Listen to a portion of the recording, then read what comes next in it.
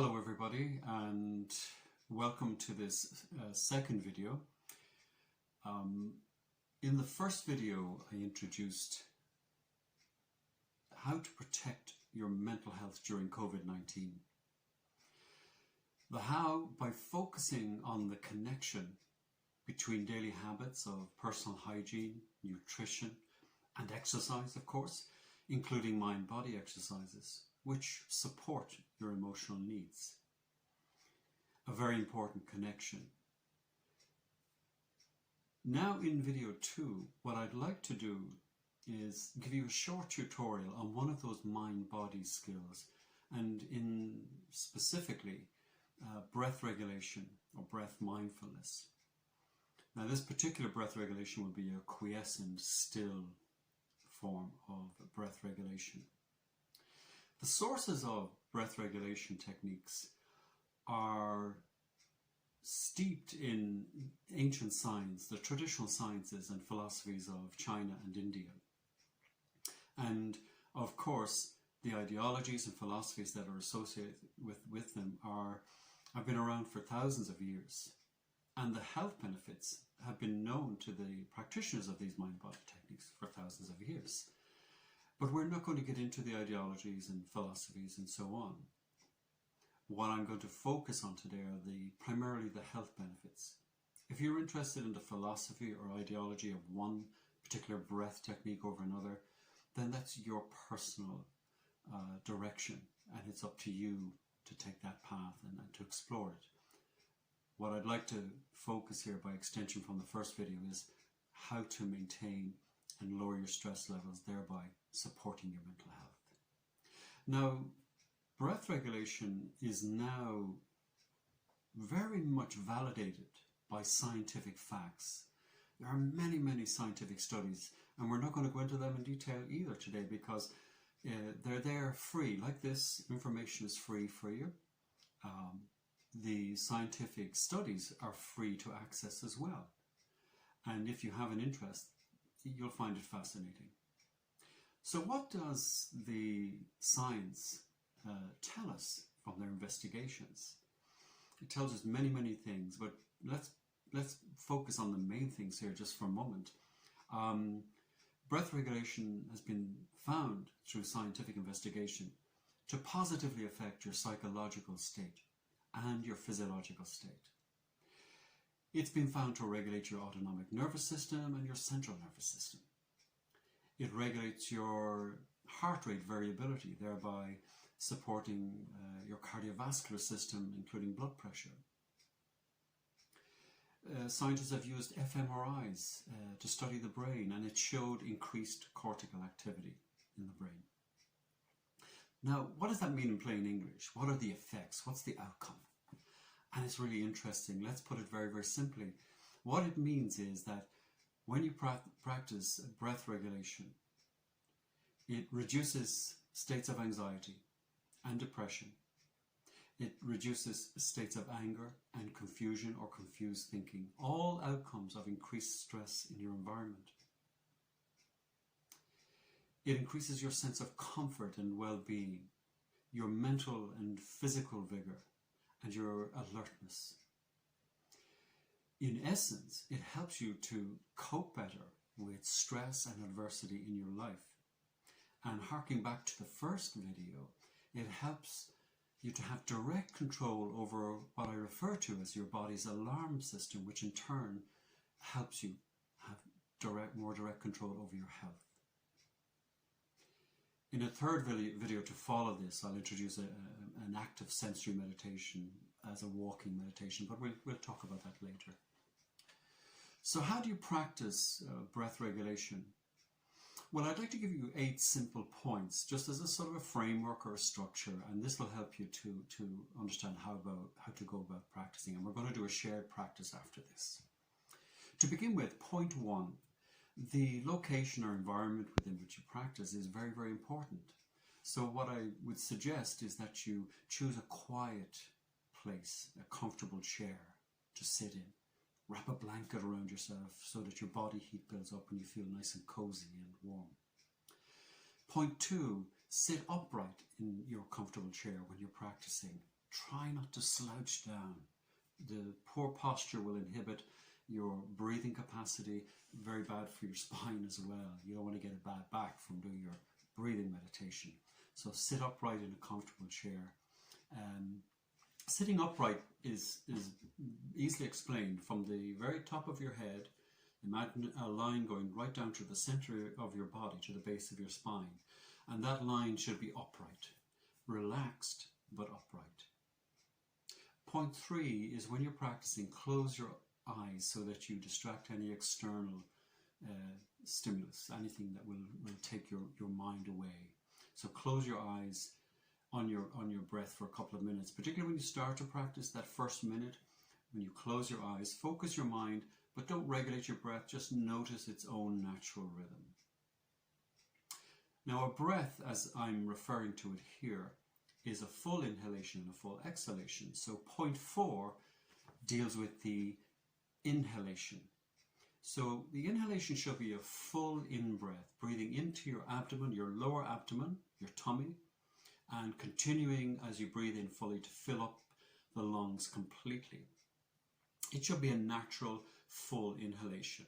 Not too strong or vigorous, just full inhalation. Point 5 is exhalation, and this is a very important part of your breathing. The exhalation should be relatively slower than the in-breath, because it's the exhalation that switches off that alarm we mentioned earlier and regulates your systems, all your systems, back into a more balanced state, what we refer to as homeostasis or equilibrium or harmony, whichever word does it for you. So the exhalation is a very important and key part of your breath technique. So I'm going to show you a simple technique to slow down the exhalation without it being unnatural. Point 6 is to focus 100% on the exhalation. So when your eyes are closed and you're sitting comfortably and upright and you get into the rhythm of your breathing, your focus can be, relaxed on the inhalation, but as you exhale, I want you to zoom your mind in and focus to the best of your ability, 100% on the exhalation. Follow that breath with your mind as it leaves your body. Point 7, distraction. All meditation techniques, it doesn't matter what they are, what form they are, people get distracted, mostly by thoughts, their own thoughts. And that's natural and it's normal. Don't get upset with yourself or feel you're not doing a good job if you suddenly find yourself thinking about other stuff. And the thoughts that enter your head can be serious or silly thoughts. It really doesn't matter, but they are distractions. So what is important is how you respond to that disruption or that interruption. And what I would suggest you do is, when you find yourself distracted by thoughts, try not to get too immersed in them. Notice the thoughts, okay? Notice the thoughts, accept them. Just accept the thoughts, and then very gently redirect your mind onto the breathing and especially that exhalation. Now, the thought interruption will happen multiple times, so don't worry about that. Every time you're distracted by thoughts, just accept those thoughts for what they are, serious or silly, and gently redirect your mind onto your breathing regulation, especially that out-breath. Point 8 is that as you get into your practice, you'll notice that your breathing gets into a really beautiful, gentle, rhythmic ebb and flow, and that your mind becomes synchronized with that. It's almost like it's hard to differentiate between your mind and the breath. They become so at one with each other. So there are the first 8 points just to be aware of when you're setting up and going about your practice. Now, there are several questions that people ask about practicing. For example, when is the best time of the day to practice? Should I practice before going to bed, or in the morning when I wake up, or in the middle of the day? To be honest with you, it doesn't matter. What does matter is consistency and regularity. That's really important. You'll find the best time of the day for you. Everybody has a specific time that's offered to them by their daily routines that allows them quiet space and time to practice. So what I would suggest is that you try to find that space and time. It doesn't matter whether it's morning, middle of the day, afternoon, evening. And that's where you do your practice. Now, the other question that people ask is, well, how long should I practice for?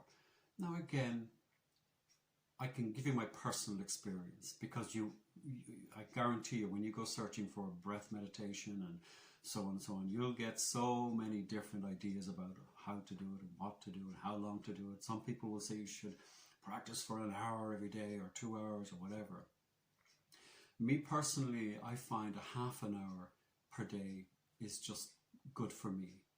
And what I would for health, long-term health benefits, and there are long-term health benefits to this, as well as dealing with the immediate stresses that we find ourselves in now, what I would recommend is a minimum of 20 minutes per day if you want to use it as a skill to help you control and manage and enhance your health. And by the way, no shortcuts here, no quickie techniques or anything like that. If you want to get the benefits from this type of a skill, you need to develop the skill and then practice regularly. People will promise you all sorts of shortcuts and quick ways and so on. I would urge you to ignore them. Set about, this is your journey, your path, and your experience. Don't give it to anybody else. So for me, 20 to 30 minutes is appropriate, but you'll find your own level. Allow your intuition and experience to determine how long you practice each day. What's really good is that it'll give you direct control over your immediate stress and also protect you from the long-term effects of stress on your health. So let's do a bit of shared practice. And first of all, I'd like to just demonstrate, a natural in-breath and a slow out-breath without the control technique. And then I'll show you the control technique. So if I take a nice deep breath, breathing into the tummy and up into the lungs.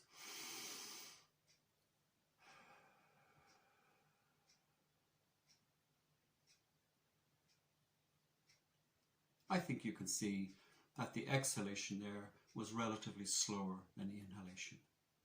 Now what that means is I'm getting all those benefits that science was talking about earlier just by slowing down the out-breath and concentrating on it. Now I'm going to show you how to slow down that out-breath even more, but without it being unnatural. And the way you do it is, it's a little bit like doing a silent whistle. You know, when you whistle, you blow the air out to the center of your lips by gently controlling the tension in your lips. And so that's the way you do it. And just watch the difference in the length of the out-breath when I do this.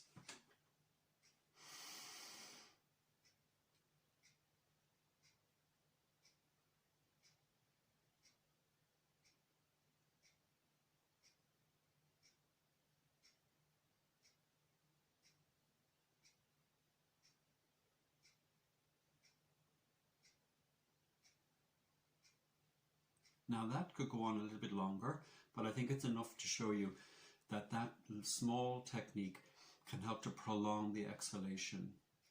And by prolonging the exhalation, and particularly when you're focused on it, that you enhance the health benefits. So that's a really important point. So that small technique can make the difference. So let's do a little bit of shared practice together. Now in this first part of the practice, what I'd like you to do is keep your eyes open and sort of work with me on it, okay? And we'll do a couple of breaths first, and I won't make them too long or whatever so that everybody can participate. So let's start with, and as my hand rises, obviously that's the inhalation, and as my hand lowers, that's the exhalation. So let's start with a in-breath, breathing in and out.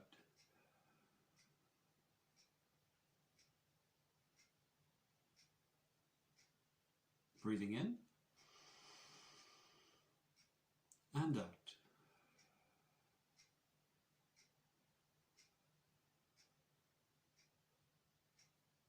Breathing in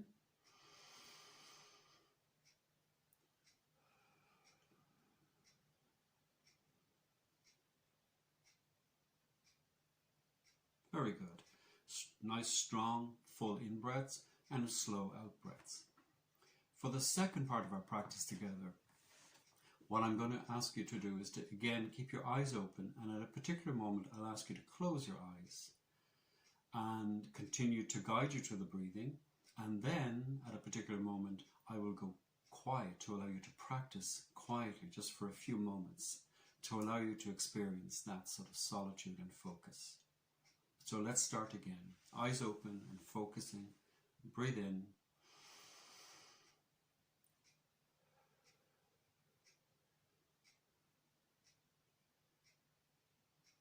Breathing in.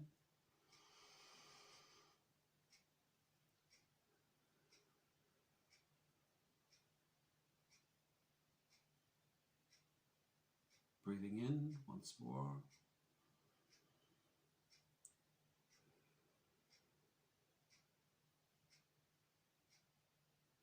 Now close your eyes, breathing in, focusing on the out-breath. Breathing in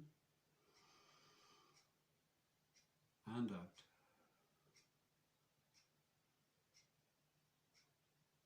Breathing in and out. Keeping your eyes closed. Now I'm going to be quiet, and you continue breathing at your own pace, eyes closed, focusing on the out-breath.